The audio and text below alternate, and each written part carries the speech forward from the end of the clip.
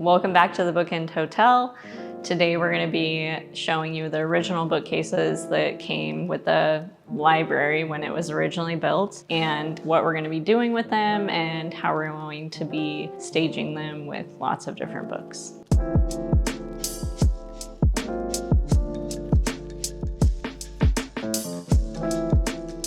I just struggled with getting this guy away from the wall. A little bit about these bookcases. They were original, 1938, when the hotel was built.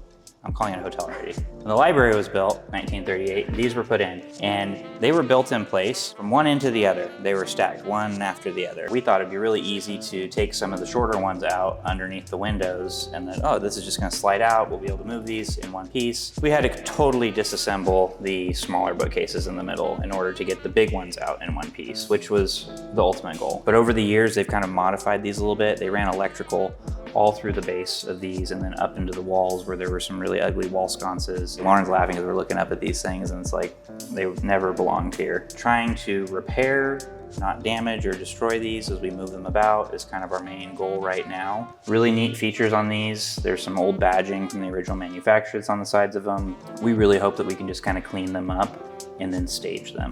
And boy, are we gonna need a lot of books to stage these. So many books, it's overwhelming. Yeah. If we keep the amount of shelving intact that was originally here, we're gonna need somewhere in the realm of 4,000 to 5,000 books, along with all of the other miscellaneous bookends, pictures, artwork, other bits and bobs to stage these. So it's gonna be a lot of picking that we're gonna have to do over the next year. We're now working on moving these bookcases so we can frame our hotel rooms. The plan is to use a lot of these in the lobby and in the rooms that we can, where people can kind of walk by and maybe pick up a book and take a seat and read for a minute. I really like upstairs, we're gonna have a reading lounge. So we're gonna put a lot of these bookcases up there, and it's gonna kind of be this quiet, dark corner where you can lay back comfortably and enjoy a good book. And so we're really hoping that this is gonna truly feel like a library when we're done. You can come here and stay with the goal of maybe reading a book. We bought some books. We did buy some books. The library here in Stillwater was having a sale, so we went over there and picked some up. The other thing that we're gonna be doing, or at least I'm gonna be doing, in a couple of weeks, I'm driving to St. Louis, and we are picking up 1,000 books all in one haul. And they are all antique vintage books. I've been told late 1800s through mid 1900s. Very cool. It's kind of weird. I hate saying 1900s because you and I were born in the 1900s, and that's weird to our kids. We're getting old.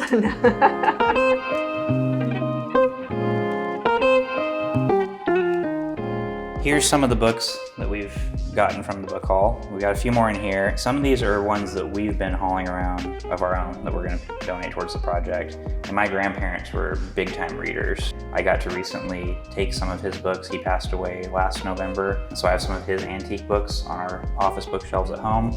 But some of these were books that he read in the last year of his life.